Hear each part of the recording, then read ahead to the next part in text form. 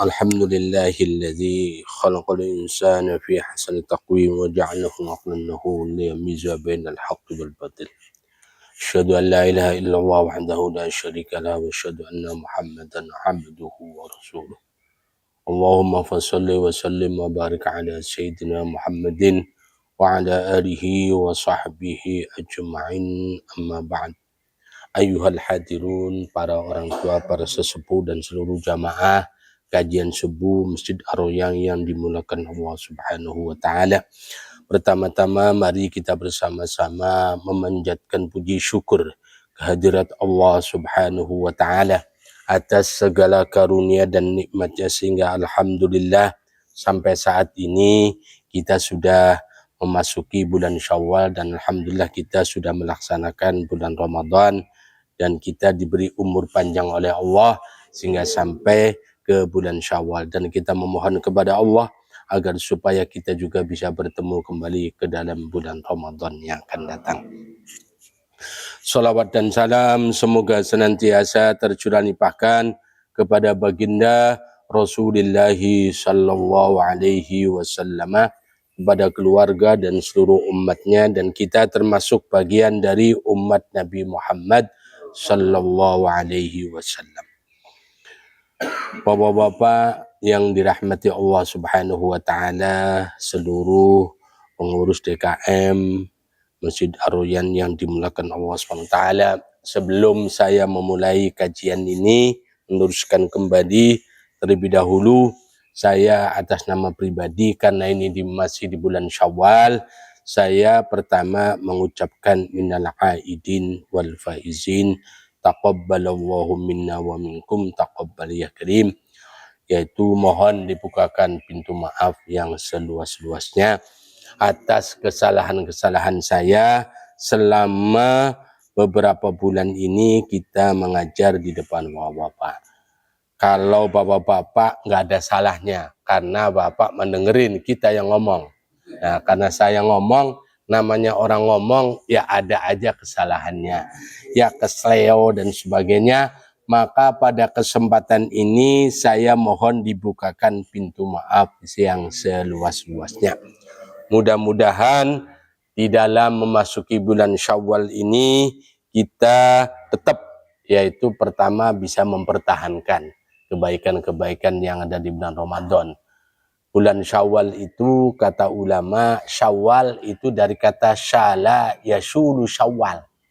Syawal itu artinya ningkat.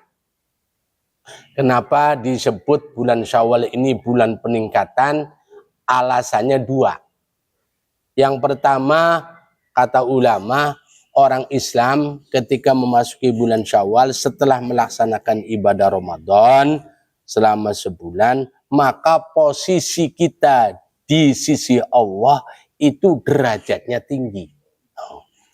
Kenapa derajatnya tinggi? Karena kita sudah pertama banyak beribadah di bulan Ramadan.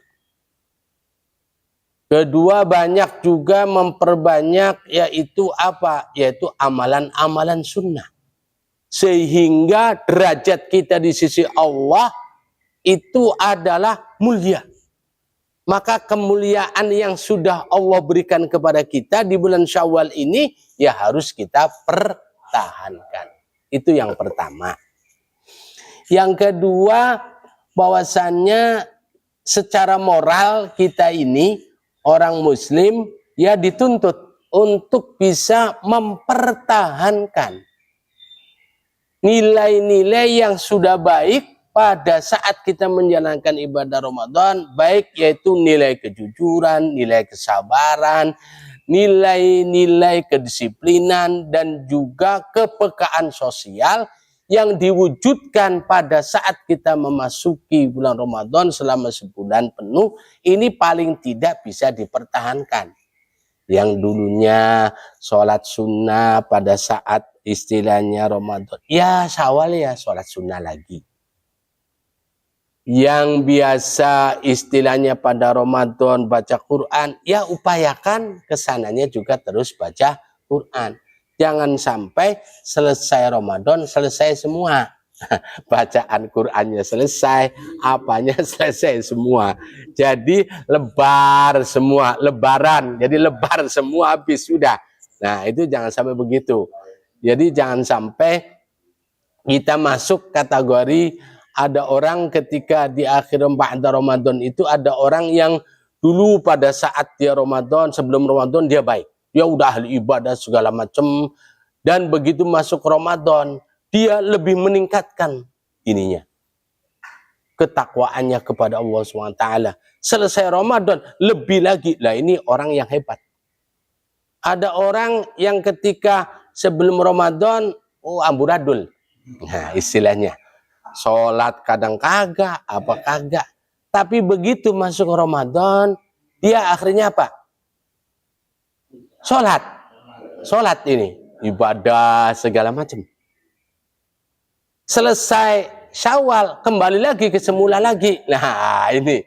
Jadi dia pada saat masuk sebelum Ramadan, ya sholat sunnah jarang, apa jarang.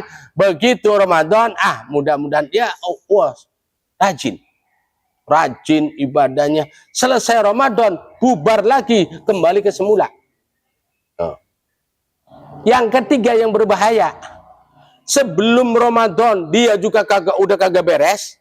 Masuk ke Ramadan kagak beres juga, puasa kagak kagak, habis Ramadan ya lebih parah lagi. Nah, ini jangan sampai. Ya mudah-mudahan kita kagak bakalan yang begini mah ya.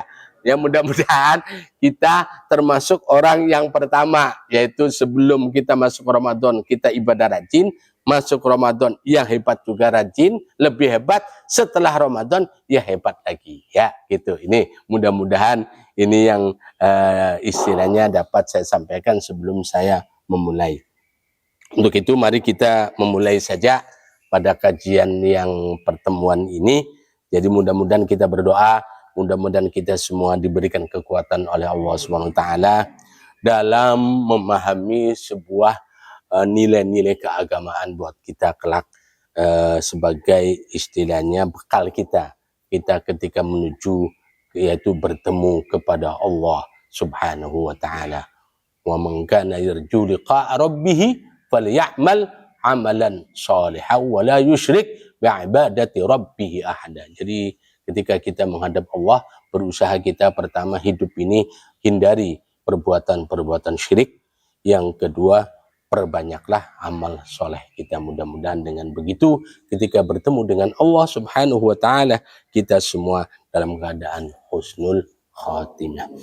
Ila hadratin Nabi Mustafa Rasulillahi sallallahu alaihi wasallam wa sulihi wa furu'ihi wa sujati wa dhurriyyati wa ahli baiti thumma rahi ikhwanihi min al-anbiya'i wal mursalin wal awliya syahidun qadiran syahsyar bidatum شيخي من شيخني وقع عبد الكريم وقع مرزوقي وقع معان الشعري وقع بير وقع الشاطري وقع عند ابو الشافعي وقع زيدي وقع الشد وقع رحم وقع الشافعي عزم وجسم مرزوقي وجميع العلماء في قرية جد ورين وجد جمباقة وفي خصوصا في قرية بنو كدي وأصولهم وفرعهم أنما ينفعنا بعلومهم في الدار أرحم رحم ثم رحي أبينا وأمتنا ومساجد أزادنا وأخوالنا وخالاتنا وعم من الشيخ وجمع المسلمين السمت وجدد زين الدين وجد أبي ونخص خصوصا لمؤلف هذا الكتاب الشيخ يهجي عصام الدين اسم أشعري ونخص خصوصا الرحي من أموات جماعة مستعلم مسجد الريان شيء لله لهم الفاتحة. أعوذ بالله من الشيطان الرجيم. بسم الله الرحمن الرحيم. الحمد لله رب العالمين الرحمن الرحيم مالك يوم الدين إياك نعبد وإياك نستعين اهدنا الصراط المستقيم صراط الذين أنعمت عليهم غير المغضوب عليهم waladdallin amin. Bismillahirrahmanirrahim. Kita mengulang yaitu az-zuhdu wat taqwa, mengenai tentang zuhud dan takwa. Ya, kaitan zuhud ini, kalau bicara zuhud biasanya orang hubungannya dengan masalah kita tidak mau duit, nggak mau dunia. Tapi yang dimaksud zuhud secara modern itu bukan begitu. Kita orang duit banyak, rumah besar, tapi hati kita la yu'allaqu bid dunya. Nah, itu. Jadi kalau konsep zuhud secara umum itu orang yang meninggalkan kesenangan dunia. Sehingga memberi kesan bahwa orang zuhud itu pakaiannya compang-camping. Oh, ya kan? Tetapi dalam konsep modern zuhud itu tidak begitu, nggak harus begitu. Orang yang hartanya banyak, tetapi dia tidak merasa bahwa dia itu memiliki harta itu sendiri. Kan hebat ini kan. Konsep modern namanya. Maka banyak orang-orang ulama besar, para sufi itu dia duitnya banyak. Tapi dia tidak merasa bahwa dirinya itu banyak duit. Nah kita duit kagak banyak merasa banyak duit kali itu ya. Iya, ya artinya ya mendingan bagusan begitu Pak. Istilahnya apa?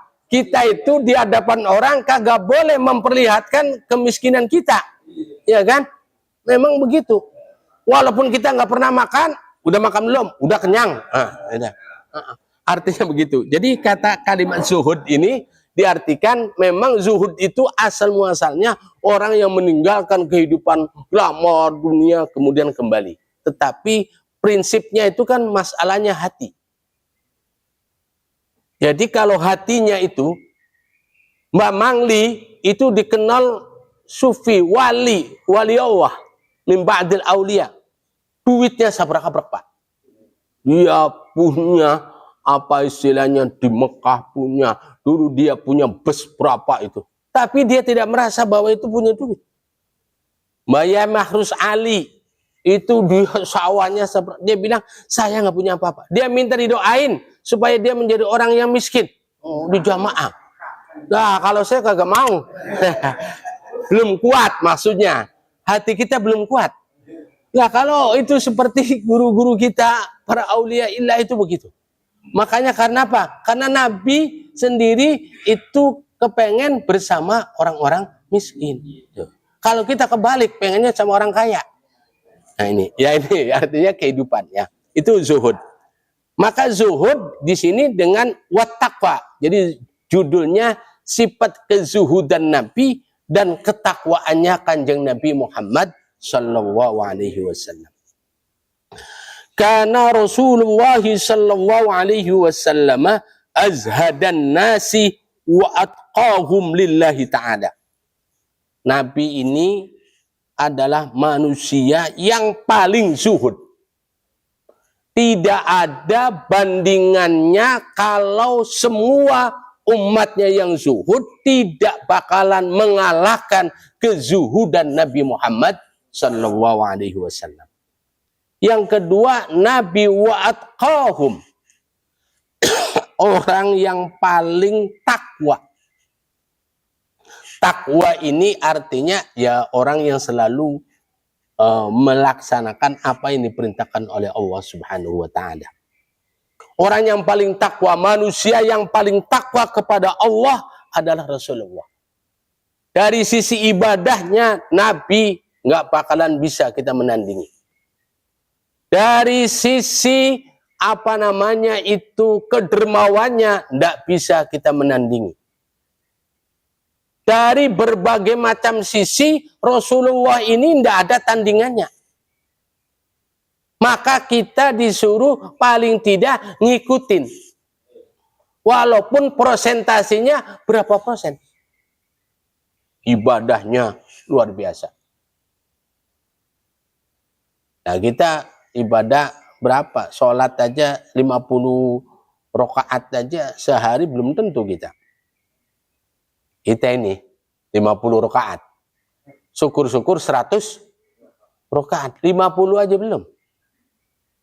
Sholat wajib berapa? 17. Masih berarti kalau 50 kurang 33. Ditambah sholat qobliyah ba'diyah. Qobliyah ba'diyah berarti ada yang 2, ada yang 10, ya kan? Kalau 10 berarti cuma baru 27. Ditambah sholat duha. Oh, kita duhanya 8 yang hebat yang ambil. Nah, kan? Ya kan? 27 tambah 8, 35. Kita ambil tahajud 8 lagi yang top lagi. Ya. Berarti 43. Tambah witir 3. 46. Nah, ini masih kurang 4. Nah, tuh. Itu udah canggih. Tuhannya 8. Istilahnya witirnya 3 minimal. Kalau witirnya kita 5, oh berarti sudah mencapai yaitu 50. Itu minimal 50 rakaat aja kita belum nyampe. Nah, istilahnya. Ini dari sisi ibadah kita. Kalau ada orang ibadah sampai sehari bisa sholat sunnah mutlak ratusan rakaat, bahkan ribuan, bagaimana coba kita? Nah, ini. Nabi itu ya sangat luar biasa. Dalam arti kalau ibadah mengenai sholat, walaupun pengertian ibadah itu tidak harus sholat. Apa ibadah itu? Pengertiannya kullu fi'lin qusida lirda'illah fahuwa ibadah. Jadi setiap kali perbuatan apapun yang ditujukan untuk mendekatkan litaqarrub ilallah, itu namanya ibadah. Orang mau gojek, niatnya kita mau apa? Nafkahi bini. Begitu tang bismillahirrahmanirrahim, ini ibadah. Andaikan meninggal tabrakan segala macam, itu berarti posisinya dia sedang ibadah, tapi bukan sedang sholat. Tuh. Ibadah itu tidak harus itu, ya. Cuman orang biasanya kalau ibadah ya umumnya ibadah yang wahdoh, sholat, puasa itu ibadah. Tapi padahal ibadah mencakup dari segala sisi. Apapun yang kita lakukan itu semuanya ibadah. Kita pakai baju ibadah, pakai celana dalam ibadah, ya kan? Minum ibadah, makan ibadah. Tuh orang Islam tuh makan ibadah, jangan dianggap tidak ibadah, ya kan? Jadi kalau mamanya orang kagak mau makan, ya hebat itu istilahnya. Jadi dia ninggal ibadah tuh. Apa? Wa yakfika fi ta'rifi dzalika, katanya cukup dalam mendefinisikan bahwa Nabi itu adalah manusia yang paling zuhud. Ini cukup. Anna faqrohu kana faqro ikhtiarin la faqro iddirorin. Apa ulama mengatakan bahwa cukup untuk membuktikan bahwa Nabi manusia yang zuhud, itu Nabi ketika Nabi itu fakirnya Nabi itu bukan karena terpaksa. Tapi memang Nabi milih. Pengen jadi orang serba kekurangan. Biar besok lapar, besoknya kenyang. Kalau kita kekurangannya bukan karena milih, tapi memang terpaksa, emang kagak ada lagi. Masalahnya kita ini kan. Kita ini nggak punya duitnya bukan karena pilihan kita. Karena apa? Ya memang karena terpaksa, emang dapatnya segitu, udah. Istilahnya begitu. Itu gini di sini katakan anna faqrohu kana faqro ikhtiarin la faqro ittirob. Jadi memang Nabi milih. Padahal apa buktinya? Li'annahu futihat alaihil futuhu wa julibat ilaihil amwal. Karena apa? Nabi itu semua perbendaharaan harta dibukakan untuk Nabi. Gunung mau nggak jadi emas buat Nabi. Tanah di Ar-Rayyan di sini mau nggak gua apa istilahnya roba jadi emas. Kalau kita ditawarin begitu kira-kira bagaimana Pak? Ya buru-buru. Oh cepatan malaikat. Ayo cepat biar jadi. Jadi istilahnya tuh. Jadi wajulibat ilahil amwal. Kemudian apa? Harta itu ditarik. Harta pengen datang. Makanya orang kalau sudah kerjanya kepada Allah, maka harta itu akan datang. Maka istilahnya Allah subhanahu wa ta'ala ngomong sama duit nih, ngomong sama dunia. Ya dunia katanya, ukhdumi man khadamani. Kata Allah dalam hadis qudsi, harta, itu ladenin tuh orang yang selalu meladenin saya. Tuh. Makanya orang-orang yang sufi, orang-orang yang ulama besar itu ya, takorubnya luar biasa, duitnya datang sendiri, Pak. Ini saya mengalami, saya pada waktu itu, ini yang nyata. Saya ziarah ke Abu Yadimiyati, Pandeglang, pada saat beliau masih hidup. Di Pandeglang. Saya pas sampai sana, Dohor. Udah ketinggalan jamaahnya, jadi belum ketemu, kagak bisa. Akhirnya kita tunggu asar. Nunggu asar, di situ ada 3 pengusaha, ketinggalan juga di situ. Akhirnya nanya, waktu kita masih muda, saya, Dek mau kemana? Mau itu, iya. Iya nih, ketinggalan mau ziarah, mau apa? Mau minta apa? Silaturahim ke Buya. Iya. Akhirnya nunggu asar, ngobrol. Kemudian ternyata 3-3 ini pengusaha. Begitu asar, kita datang, kita jamaah. Habis jamaah, kita bawa air kan, minta didoain. Bawa air aja, ingat aja saya dibeliin nama bapak-bapak yang 3 itu. Ini Dek katanya, orang karena waktu itu saya masih muda kan, dikasih ya air bareng. Begitu selesai hanya didoain begitu, pengusaha yang 3 itu ngasih duit, Pak, duitnya sekepok-sekepok. Suruh siapa itu datang? Dia zuhur ketinggalan, ya udah nunggu asar, dia nunggu. Saya tanya, Pak, itu alhamdulillah katanya Dek saya itu. Padahal datang ketemu kagak ngobrol, pada ini Bu ya, mohon di ini. Kamu dari mana? Ini dari ini katanya. Oh, usaha, ada usaha angkotnya banyak nih, pengusaha, ada yang 3 ini berbeda-beda. Saya tanya, alhamdulillah, dikasih air, didoain. Loh, udah selesai, udah pergi. Tuh, duit 3 gepok, datang sendiri, Pak. Kita nyari segepok aja susah. Itu 3 gepok datang sendiri. Disuruh siapa? Dari Medan, dari Surabaya, itu dia datang. Kalau bukan karena oleh Allah yang membolak-balikan hati ya. Tuh, saya akhirnya, ya Allah, oh bener ya kata guru saya itu. Orang dunia itu, kata Allah, bagi orang-orang yang memang dekat dengan Allah, disuruh ngadenin. Jadi dunianya datang sendiri. Kalau model kita, Buya ngeliat begitu, ya Allah, luar biasa. Orang-orang yang dekat dengan Allah. Jadi kalau kita kepengen duitnya banyak, ya udah deket aja sama Allah. Ntar juga datang. Kagak datang duit, tanah dijual, selesai. Banyak duit kita, iya kan? Ya kalau kagak datang duitnya ini. Karena kalau kita ini, karena apa? Karena ngelihat begitu, akhirnya apa? Ibadah kita pengen supaya dapat duit banyak.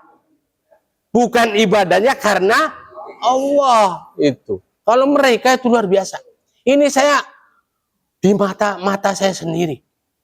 Makanya akhirnya itu benar kata guru saya itu, dumi man khadamani. Dunia itu, ladenin itu. Cukupin orang-orang yang selalu dekat dengan yang meladeni saya, kata Allah. Tuh. Jadi kita, oh iya, kalau kita selalu zikir segala macam, udah, insya Allah. Cuman kita pengennya begitu malam bangun segala macam, ya Allah, duit banyak, yang kira-kira besoknya langsung. Pengennya begitu kita insan. Jadi nggak sabar, ya kan? Ibadah segala macam, artinya apa? Kalau kita terus-menerus ibadah, berzikir bertahun-tahun, Pak, itu pasti kita sabar.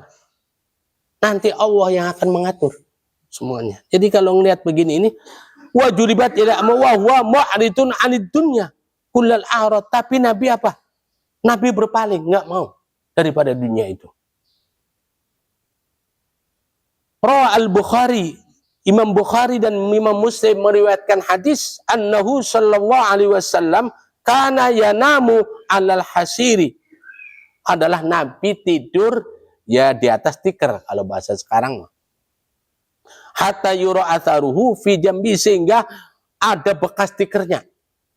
Kalau dulu kita lagi kecil, kalau di musola zaman dulu kita kecil itu ngecap itu di apakahnya tikar belum pakai beginian nih istilahnya kan. Banyak kan tikar bekas mayit ditaruh di musola. Nah, kita kan begitu zaman dulu itu. Begitu ada mayit selesai ditaruhnya di musola tikernya. Nah, tikar itu kita tidur, begitu bangun ada tapaknya. Itu Rasulullah tidurnya begitu. Fa idza qila lahu, apabila diucapkan kepadanya lalu ditanya, ala nabsutu tahtaka alyan minhu, ya istilahnya mbok iwa istilahnya, ya barangkali Nabi pengen itu lebih empuk lagi ngapa katanya gitu, supaya lebih empuk gitu loh tidur itu. Nah, tidur ini kalau kita udah tua apalagi, kalau tidurnya tempatnya kagak enak juga kagak tidur, nggak nyenyak. Jadi apa disuruh istilahnya, ya apakah enggak istilahnya istilahnya pakai permadani lah yang dikit dengan empuk itu ya Rasulullah. Apa Nabi jawabnya? Mali walid dunya, apa pedulinya buatku dunia. Tuh, supaya disuruh tidur yang empuk, Nabi malahan tidurnya milihnya yang begitu. Lah kalau kita apalagi udah tua tidur begini langsung masuk angin Pak, nggak kuat kalau udah usia sekitar ini. Iya beda tuh. Tapi memang Rasulullah milih hidup yang sangat sederhana, zuhud, karena memang pilihannya Nabi pengen memilih itu. Innama mathali wa mathalud dunya, lalu Nabi mengatakan begini, perumpamaan saya dengan dunia ini kata Nabi apa? Mithlu raqibin sora fi yaumin shaifin faqala tahta syajaratin thumma roha tarukaha. Jadi perumpamaan saya dengan dunia ini kata Nabi diibaratkan seperti orang yang sedang naik kendaraan. Di suatu hari dia naik kendaraan yang panas, lalu dia istirahat sebentar di bawah pohon. Setelah istirahat sebentar di bawah pohon, panas, lalu dia tinggalkan itu. Itulah dunia. Ibarat kita ini, dunia itu begitu kita numpuk segala macam, kemudian kita tidak sedekah, tidak apa. Begitu kita sebentar, gak dibawa. Kalau dunianya tidak digunakan, ad-dunya mazra'atul lil akhirah. Dunia itu adalah sebagai tanaman kita untuk akhirat. Kalau tidak ditanam untuk akhirat, begitu kita meninggal, apa yang terjadi Pak? Begitu banyaknya jadi rebutan anak-anak kita Pak. Ya kalau anak kitanya benar baginya. Kalau anak kitanya kagak segala macam, waduh kita yang sedih. Begitu kita di kuburan harusnya tenang, ini anak luar biasa. Kadang anak ditinggalin begitu banyak kos-kosan apa segala macam, suruh ngaulin, suruh ini aja kagak mau. Anak kurang ajar yang begini nih. Iya, artinya apa? Ditinggalin banda sama orang tuanya.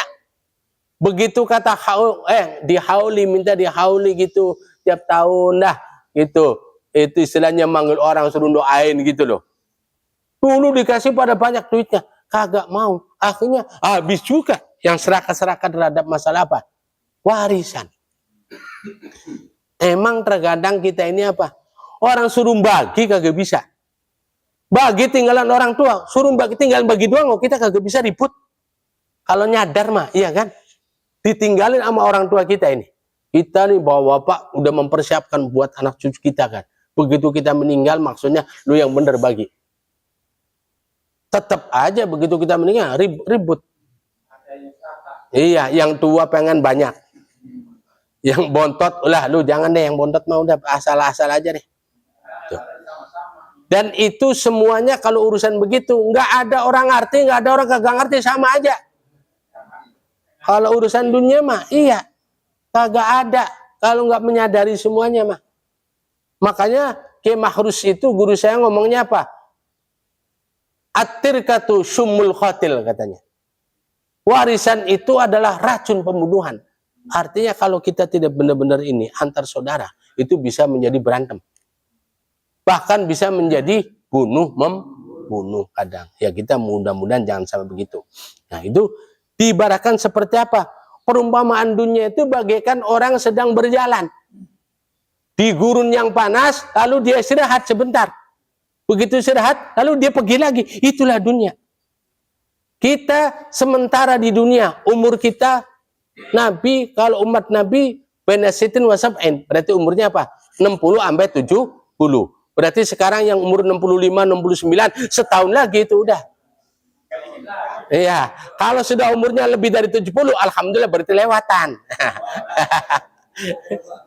Iya, karena apa? Nabi kan umurnya katanya, saya kalau ngelihat hadis ini, ya Allah, sudah umur 60 ya 10 tahun lagi ini. Antara 10 tahun. Iya. Makanya kata orang-orang dulu, kalau sudah usia 60 ke sana, karena ini baina sitin wasaba'in, udah kita harus mulailah mikirin tanah. Harus inget tanah terus. Tanah kuburan maksudnya Pak. Iya. Ingetin tanah. Itu. Bahkan kata Abu Yadimiyati ketika bertemu dengan di Cirebon itu, kalau sudah umur 60 katanya kalau bisa kita itu mudawamah wudu. Kalau sudah usia 60 ini, usahakan sudah memasuki usia 60, kita apa? Mudawamah wudu, Pak. Mudawamah wudu artinya apa? Batal wudu lagi. Batal wudu lagi, Pak. Karena orang yang mudawamah wudu itu dummil wudu yuwasi' laka rizq, kata Nabi. Mudawamahlah kamu terhadap wudu, maka Allah akan luaskan rezeki juga.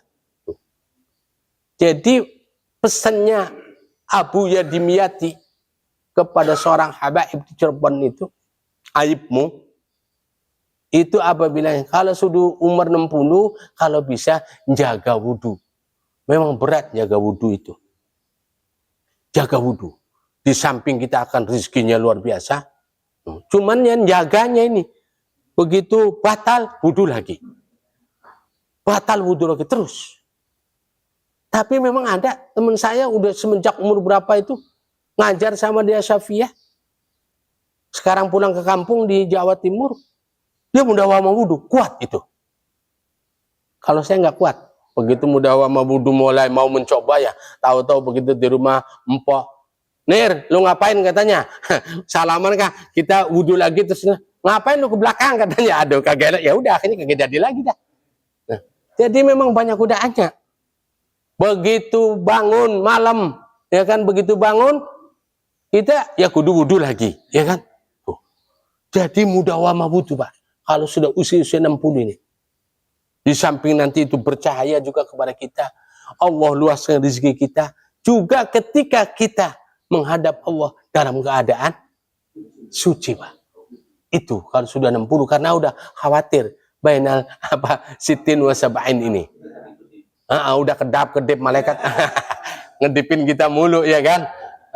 Kata kita, ntar ngapa ini masih 10 tahun lagi. Gitu. Istilahnya begitu ya. Lah kalau udah umur 70 tahun mah udah penting, udah berarti lewatan dikit ini. Tapi jangan lewat, tetap aja. Aduh, ini kelewatan ini ya. Harusnya dicabut kagak ini kan begitu. Artinya kalau ngelihat begitu kita ya memang harus begitu hidup ini, Pak. Lewat udah bonus, berarti udah tenang. Kadang kagak juga, lebih parah lagi kalau sudah mudublah. Harus, karena apa? Karena malaikatnya udah deket aja udah. Begitu siap. Karena apa? Karena udah lewat ini. Kalau udah lewat udah kedaluarsa ini harus segera. Cuman nunggu perintah aja. Kalau yang masih 60 sama kata Nabi baina sitin wasaba'in, berarti ketika umur 61 kan masih agak jauh, malaikatnya masih ngelirik aja. Oh, itu masih ada ya katanya. Nah, itu. Jadi masih kalau umur sudah 70 masih hidup, nemplok mulu malaikat di depan mulu ini. Siap-siap aja istilahnya. Iya, artinya ini kehidupan, Pak. Nabi menggambarkan begitu kepada kita. Wa kana yaktafi minat ta'ami wasyarabi wal libasi bid-daruri faqat. Dan Nabi sendiri merasa cukup. Urusan makan, urusan minum, urusan pakaian pakaian yang memang yang butuh aja yang dibutuhkan. Kalau kita pakaian numpuk-numpuk apa 2 lemari, kagak dipakai-pakai, Pak. Coba kalau umpamanya yang kita baru, yang ini disedekahkan gitu, Pak. Masya Allah, betapa nikmatnya gitu, Pak. Kita ditumbuk-tumbuk pakaian lagi lah, akhirnya kagak dipakai-pakai untuk ibadah kagak apa kagak tuh. Mubah. Sementara lebihnya dia sedekahkan kepada orang-orang fakir dan miskin. Itulah Rasulullah sallallahu alaihi wasallam, wala yudakhiru syai'an li nafsi, dan enggak pernah Nabi itu menyimpan sesuatu untuk dirinya. Nabi menjadi contoh begini supaya apa? Ini aja umatnya aja masih luar biasa. Memang urusan dunia itu memang semua dunia itu memang tidak penting, tapi semua urusan harus pakai. Nah itu. Makanya kita harus memahami dunia itu sebagai mazra'ah. Karena kita hidupnya di dunia, maka bicara dunia. Tetapi juga setelah dapat, kita harus berpikir tentang akhirat juga. Jadi dunia itu juga sesuatu yang penting dalam hidup kita. Wa kanat aisyatuhu sallallahu alaihi wasallam fi ghayatin minal bisatah wal iqtisad. Adalah kehidupan Nabi itu dalam apa istilahnya sangat sederhana. Ya kita ada cerita Sayyidatina Fatimah lapar, pengen makan ke rumah ayahnya Nabi, di situ nggak ada apa-apa. Ada nggak itu? Nabi sampai ganjel batu. Saking apanya itu? Saking laparnya. Kita nggak pernah ganjel batu. Iya, iya kan? Kita ini apa istilahnya? Ya memang kagak apa-apa. Memang makan karena at-ta'am ibadah. Kita at-ta'am ibadah. Nggak nyem mulu. Boleh. Emang kagak dilarang, nggak usah kita makan mulu. Kagak dilarang. Tapi juga ingat, masih banyak orang-orang yang dia di sana kelaparan. Jadi kita itu istilahnya itu Nabi. Ghayatul minal bisatah. Begitu sangat sederhananya. La yakulu na'iman wa la yalbasu fakhran wa la yanamu ala firashin lainin. Tuh, Nabi nggak pernah makan makanan yang nikmat gitu. Ya ini cerita Rasulullah supaya kita itu ya ini perlu juga kita. Ustadz katanya kalau makan tempe mulu mumet juga ini. Ya ganti, jangan tempe mulu, masa tempe terus tiap hari, ganti sate gitu ya kan. Ikan yang enak itu perlu. Nah, apalagi usia kita segini, Pak. Harus benar-benar makanannya harus dijaga. Kalau makanannya letoy, udah kitanya letoy, makannya letoy, udah loyo, tambah loyo. Memang harus kita ini usia segini nih harus teratur, makan teratur. Tidurnya kudu teratur.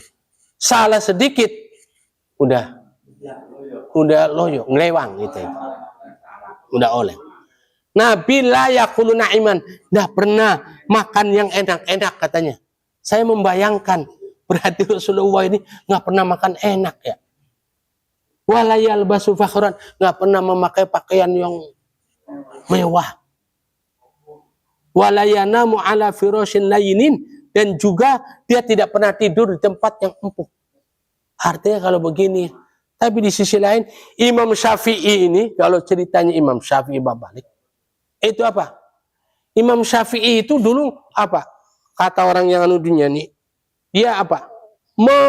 Sangat membenci kalau ada orang ulama yang ahli itu duitnya banyak. Ternyata begitu dia lihat salah satu muridnya Abu Hanifah, seorang pengusaha besar, dia datang ke sana, dia lagi ngitung duit, hitung-hitung emas di depan Imam Syafi'i. Kata Imam Syafi'i, ini ulama besar, duitnya kok banyak amat gitu. Terus akhirnya ditanya, lah kalau umpamanya duit kita yang megang, orang yang istilahnya bisa dimanfaatkan untuk kebaikan. Lah kalau yang nanti yang kaya itu orang-orang yang jahat, maka duitnya buat apa? Buat judi, buat kejahatan. Oh iya, kata Imam Syafi'i. Lah dari situ mulai Imam Syafi'i itu.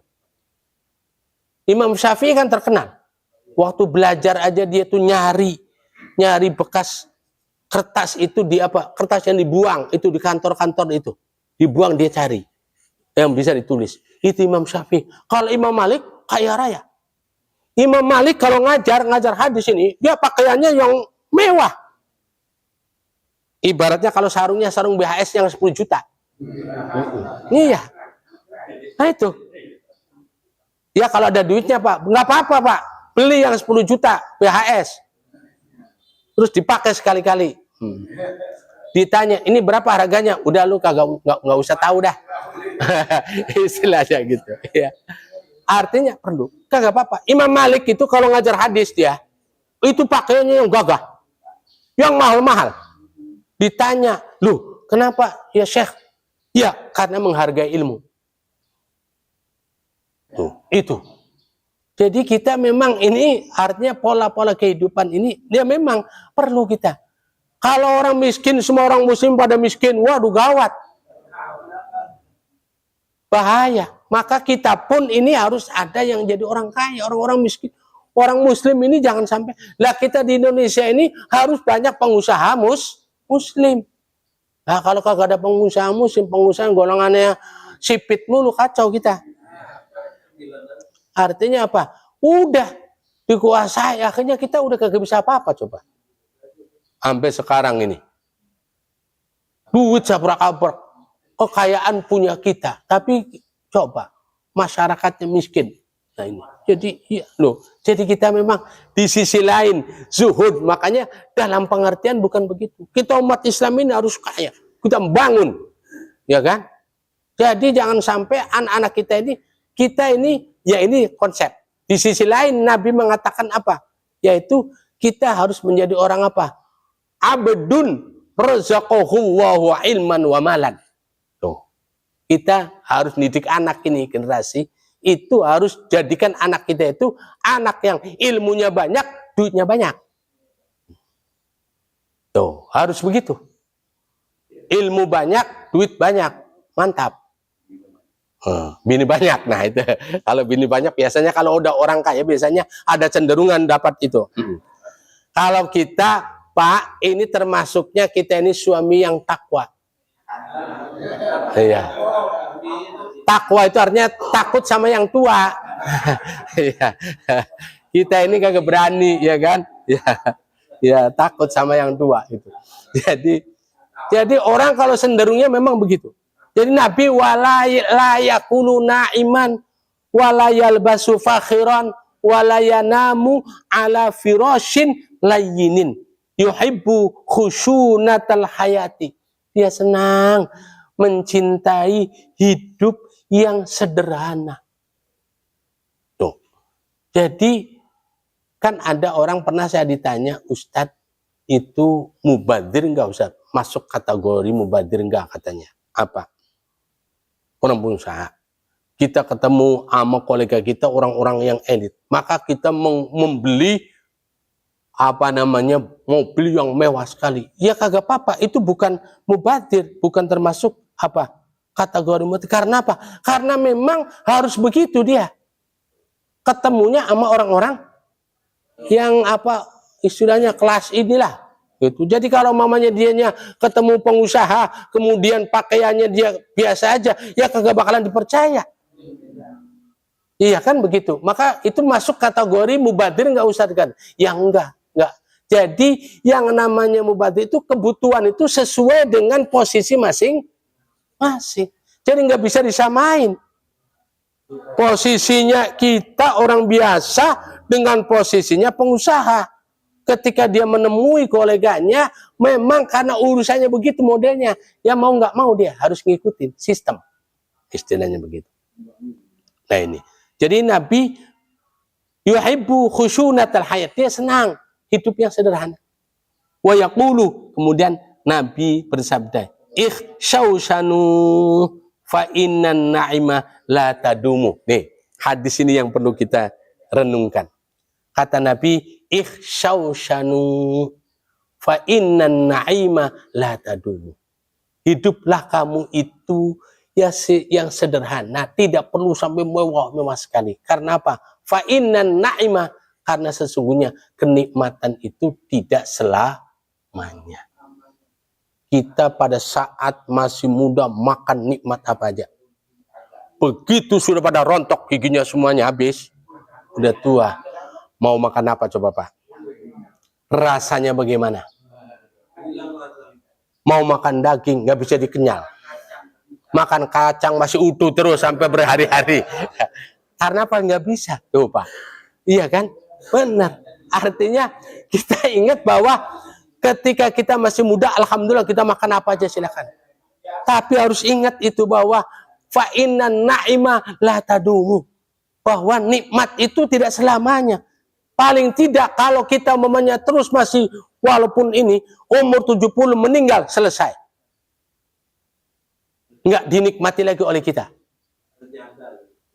Yang dinikmati oleh orang lain. Makanya ikhsyaushanu fa innan na'ima la tadumu. Hiduplah kamu yang artinya sederhanalah.